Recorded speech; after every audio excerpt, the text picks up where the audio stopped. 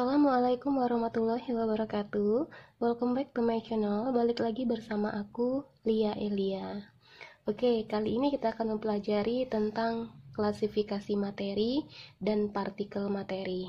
Oke ya, ini merupakan materi dasar dari ilmu kimia. Jadi kita benar-benar harus paham ya. Jadi nanti di sini kita juga sudah bisa bedakan yang mana unsur, yang mana senyawa, kemudian molekul, ion ya. Nah, itu nanti adalah sebagai dasar kita akan belajar kimia. Oke ya. Oke, langsung aja kita masuk ke materi ya. Klasifikasi materi. Oke, ya kita harus tahu juga apa sih arti dari materi. Materi itu sendiri. Nah, materi ini adalah segala sesuatu yang mempunyai massa dan menempati ruang. Ya, jadi segala sesuatu yang mempunyai massa, ya,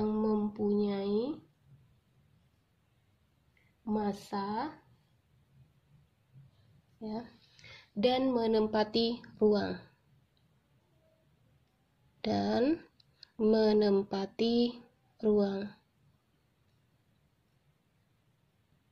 Oke, ya. Inilah yang dikatakan dengan materi. Nah, kita akan belajar pembagian dari materi di sini. Jadi kita harus bisa bedakan dia termasuk ke dalam kelompok materi yang mana. Oke, ya. Secara umum, materi akan dibagi menjadi dua. Oke ya.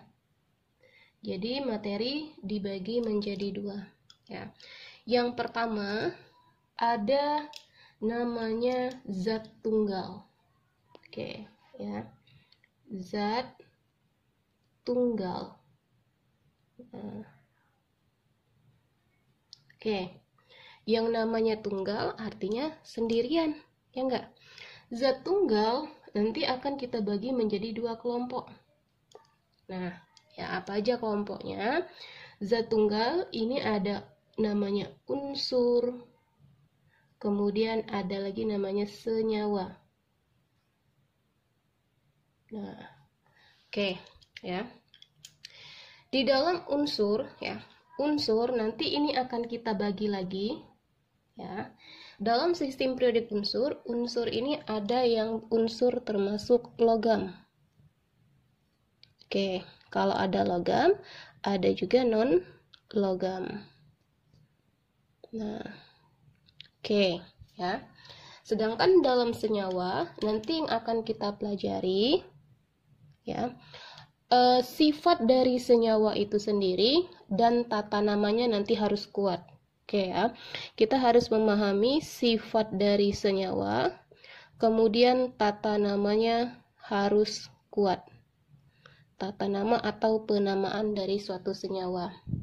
Oke, itu materi yang pertama ada zat tunggal. Ya. Oke, materi yang kedua dinamakan dengan campuran.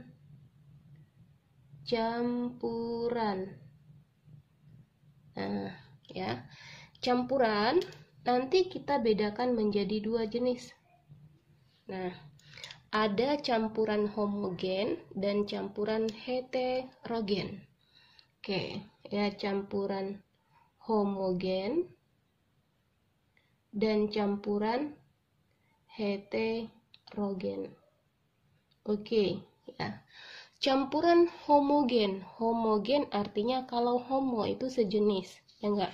Jadi kalau campuran homogen ini campuran yang partikel terlarut dan zat terlarutnya itu udah nggak bisa kita bedakan lagi. Contohnya ada larutan. Oke. Larutan. Ya. Itu yang termasuk ke dalam campuran homogen. Ya, terserah mau larutan gula, larutan garam. Ya, intinya partikel zat terlarut dan pelarutnya tidak bisa kita bedakan lagi. Oke. Untuk campuran homogen, ya, heterogen nanti dibedakan jadi dua, ya. Ada yang namanya suspensi suspensi, kemudian ada lagi namanya nanti koloid.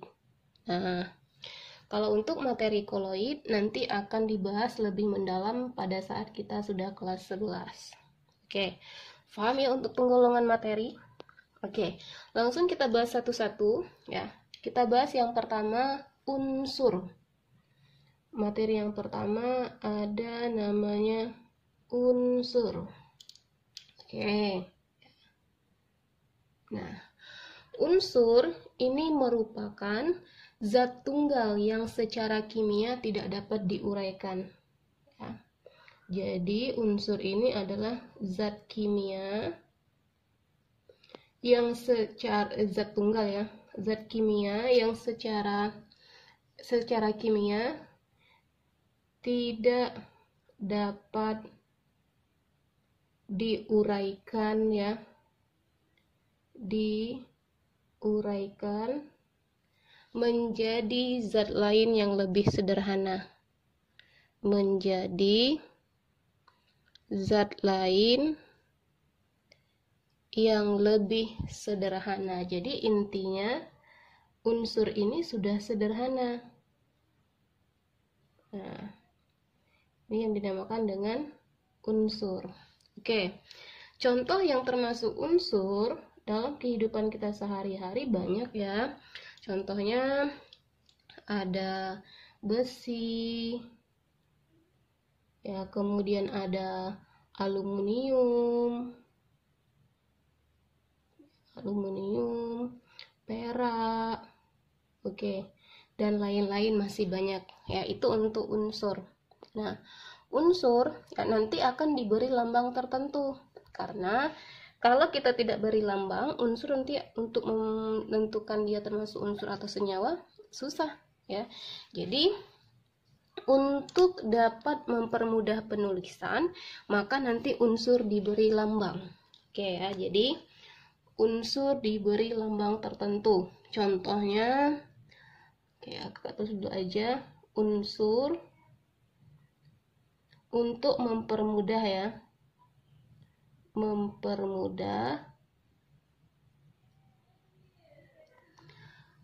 penulisan, untuk mempermudah penulisan ya, maka unsur diberi lambang, maka unsur diberi lambang tertentu. Nah, pada saat kita memberi lambang ini nggak boleh sembarangan, kita harus mengikuti aturan yang sudah ada. Contoh, misalkan ada unsur aluminium, oke ya, unsur aluminium,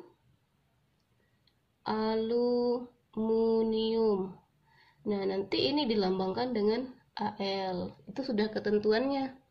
Kemudian ada lagi besi, nah besi nanti lambangnya Fe ya.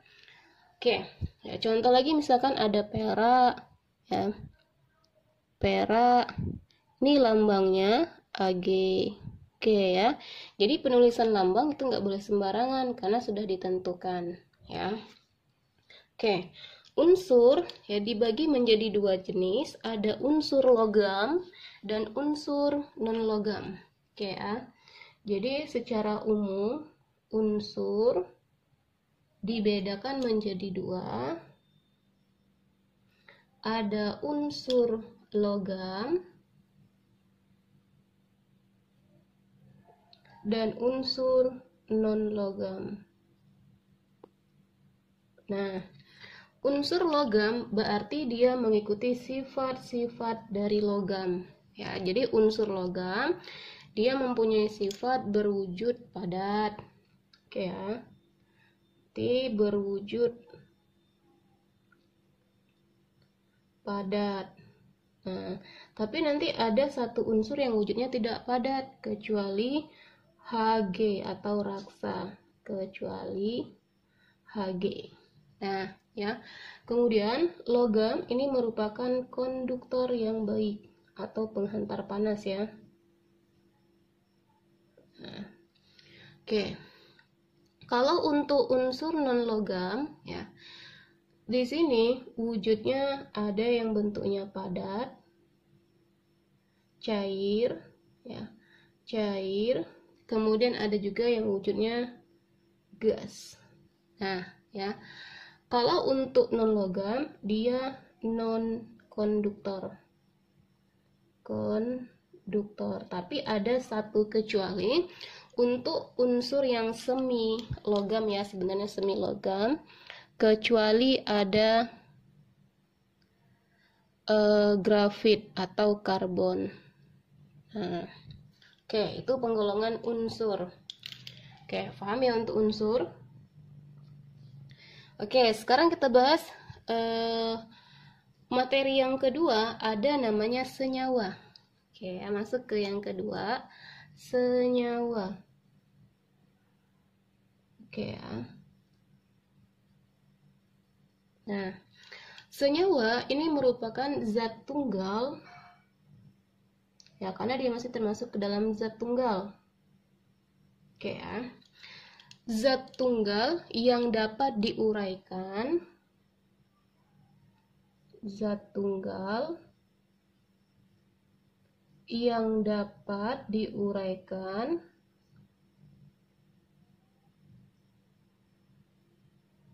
menjadi dua jenis atau lebih, ya, menjadi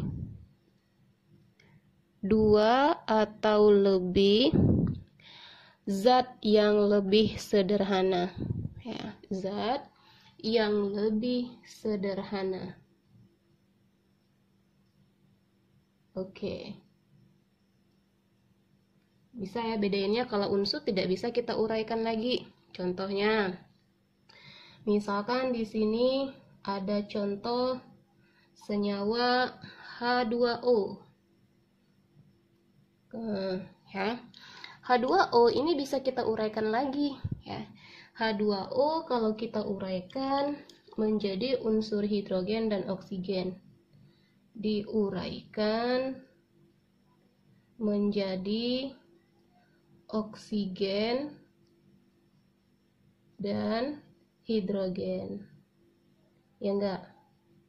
Nah, ini yang dikatakan dengan unsur senyawa, ya, bisa diuraikan kembali. Kemudian yang kedua, contoh lagi, misalkan ada NaCl. Nah, NaCl ini masih bisa kita uraikan, ya, diuraikan menjadi apa coba? Unsur natrium dan unsur klorin. Nah, oke. Itu intinya senyawa adalah zat tunggal yang masih bisa diuraikan. Oke, paham ya? Oke. Nah, kalau udah paham, sekarang coba kita lihat yang kedua, ada namanya campuran, ya. Campuran. Ya. Oke, ada yang tahu apa ini campuran? Ya. Yang dikatakan dengan campuran adalah materi yang terdiri dari dua jenis, ya. Oke, materi, ya, yang terdiri dari dua jenis zat, yang terdiri dari dua jenis zat, oke, ya, atau lebih, ya, atau lebih,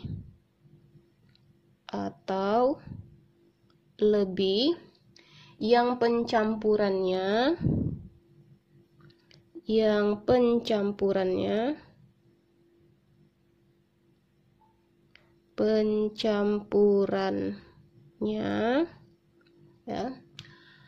tidak menghasilkan zat baru, tidak menghasilkan zat baru. Oke, ini yang disebut dengan campuran, ya. Jadi dia pada saat kita campur, dia tidak menghasilkan zat baru, ya. Nah, artinya sifat komponen dalam campuran itu akan selalu tetap, ya. Jadi intinya Kakak lanjut ke atas ya karena nggak muat. Sifat komponen, ya. Sifat komponen dalam campuran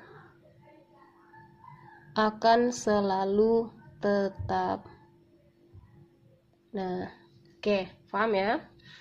Nah, untuk campuran, ya nanti akan kita bedakan menjadi dua tadi. Ada campuran homogen dan heterogen. Oke, kita bahas yang pertama. Ada campuran homogen.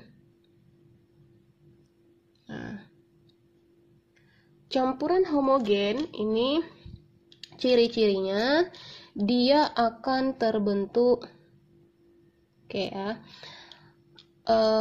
membentuk satu fase. Karena dia sudah sama kan, membentuk satu fase. Oke, ini ciri yang pertama. Kemudian untuk campuran homogen ini tidak dapat disaring. Tidak dapat disaring karena dia sudah bercampur menjadi satu. Oke, untuk contohnya, misalkan di sini kakak ada larutan gula. Nah, ini termasuk campuran homogen, sama. Jadi pada saat gula kita larutkan ke dalam air, maka gula tadi tidak bisa kita lihat lagi, ya enggak? Oke, ini salah satu contohnya larutan gula. Oke, paham ya untuk campuran homogen? Oke, yang kedua ada campuran heterogen. Heterogen. Nah, untuk campuran heterogen nanti akan kita bedakan menjadi dua jenis. Ya. Ada namanya suspensi. Kemudian yang kedua nanti ada namanya koloid. Nah, kalau untuk suspensi membentuk dua fasa. Ya.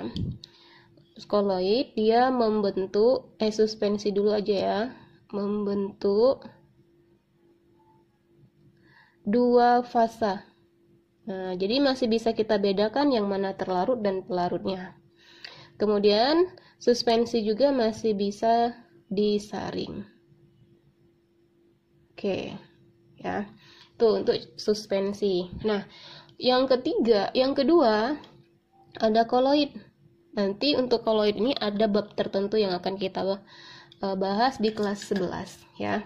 Cirinya dia juga membentuk dua fasa.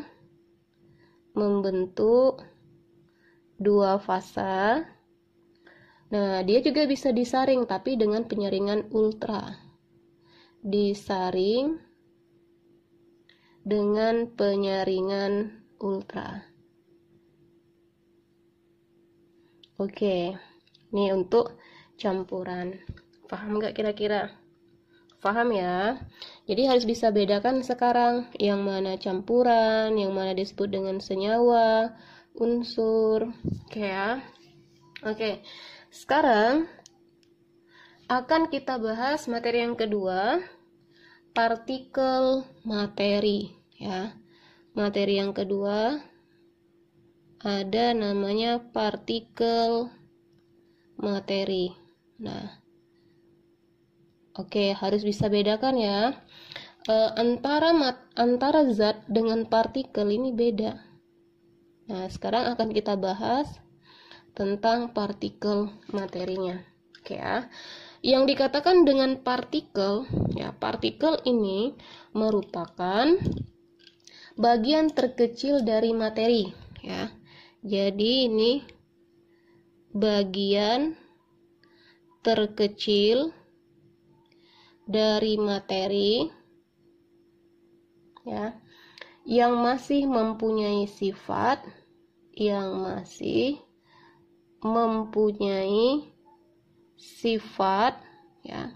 yang sama dengan materi tersebut,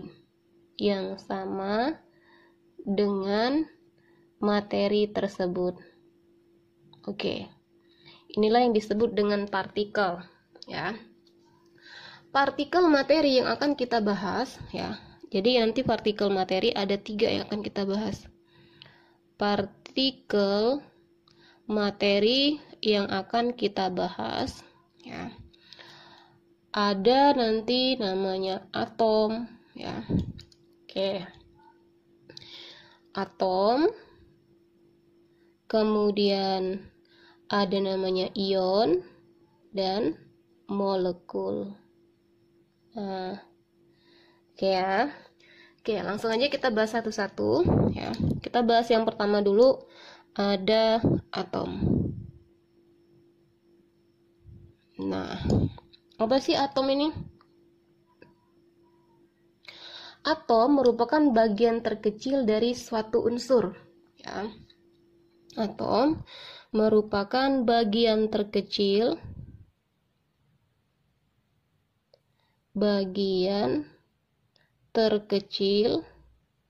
dari suatu unsur. Nah, ya, yang mempunyai sifat yang sama. Yang mempunyai sifat yang sama dengan unsur tersebut. Ya. Oke, itu yang dikatakan dengan atom. Jadi intinya unsur itu tersusun dari atom-atom. Oke, singkatnya seperti itu, ya. Atom yang sama, ya. Jadi harus ingat patokannya di sini. Atom dari unsur yang sama mempunyai sifat yang sama. Atom dari unsur yang sama, ya, mempunyai sifat yang sama juga, ya. Mempunyai sifat yang sama juga. Oke. Sebaliknya juga, atom dari unsur, ya, dari unsur yang beda,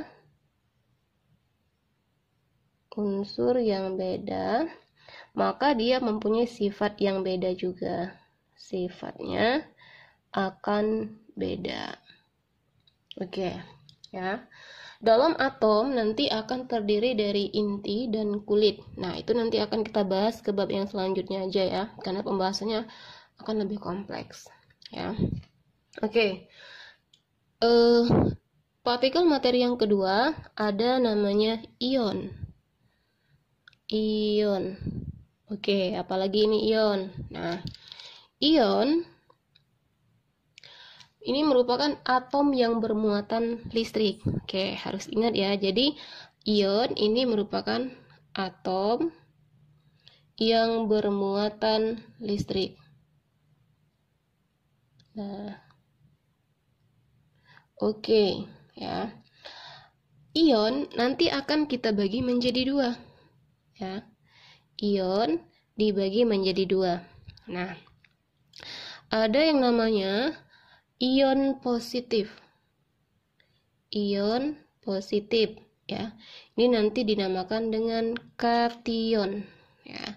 Ion positif namanya kation. Oke. Nah, kation ini nanti akan cenderung melepas elektron.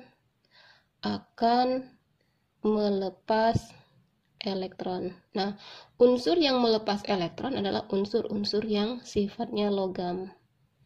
Oke, dapat ya kata kuncinya. Kemudian yang kedua, ada ion negatif.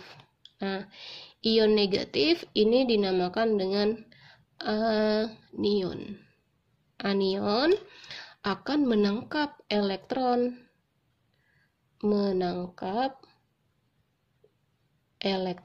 Nah, kalau dia menangkap berarti unsurnya unsur non-logam. Oke, ini untuk ion, ya. Ion nanti akan kita bedakan, ada ion tunggal, ya. Oke, harus paham juga ini ada ion, ya, penggolongan ion. Ada ion tunggal, ya. Kalau tunggal itu berarti ya tunggal sendiri ya. Ion tunggal. Contohnya ada Cu2+, kemudian Na plus yang sendirian. Oke. Kemudian ada ion polyatomik. Nah, kalau poli berarti lebih dari satu. Contohnya SO4 2-, kemudian NO3-. Intinya yang lebih dari satu. Oke, ya. Partikel materi yang ketiga ada molekul. Molekul. Nah, ya. Molekul ini merupakan partikel netral, ya. Partikel netral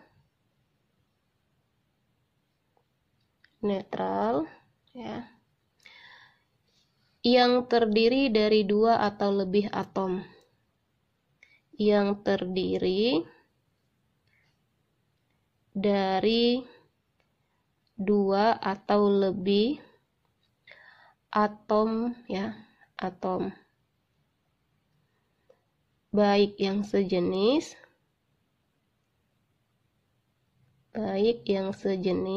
ya, atau beda. Nah, oke. Untuk molekul ini sendiri nanti akan kita bagi menjadi dua, ya. Jadi molekul akan kita bagi menjadi dua, ya. Molekul senyawa dan molekul unsur. Nah, molekul unsur contohnya ada O2, Cl2, kemudian P4, S8, itu untuk molekul unsur. Kemudian ada molekul senyawa. Nah, molekul senyawa contohnya ada H2O, kemudian NH3, ada lagi CH3COOH. Nah, intinya kalau untuk molekul senyawa, umumnya molekul ini terbentuk dari unsur non-logam dan non-logam. Oke, paham ya untuk perbedaan antara atom, ion, dan molekul? Oke, paham. Untuk soal latihannya, ya. Untuk soal latihannya, coba dibahas, ya. Soal latihan. Nah, latihan. Oke, ya. Kelompokkan unsur-unsur berikut ke dalam kelompokkan materi berikut, ya. Kelompokkan materi berikut, ya, ke dalam partikel, ke dalam klasifikasi atau partikel materi, ya. Unsur-unsurnya ada Li, ya. Li, kemudian ada O2-, kemudian ada lagi Ki, ya. Kemudian PO43-, CH4, ya. Ada larutan garam,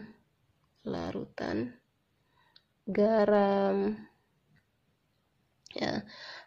Ada lagi cat rumah, ya, atau cat tembok. Terus ada Cl2, Zn2+. Nah, jadi perintah soalnya kelompokkan materi-materi berikut ke dalam unsur, senyawa, atau campuran, atau partikel, ya. Itu maksudnya. Oke, ya. Sekian dulu penyampaian materi dari kakak. Ya, jika video ini bermanfaat buat kalian, share ke teman-teman kalian, ya, biar manfaatnya lebih banyak lagi. Oke, kakak akhiri. Wassalamualaikum warahmatullahi wabarakatuh.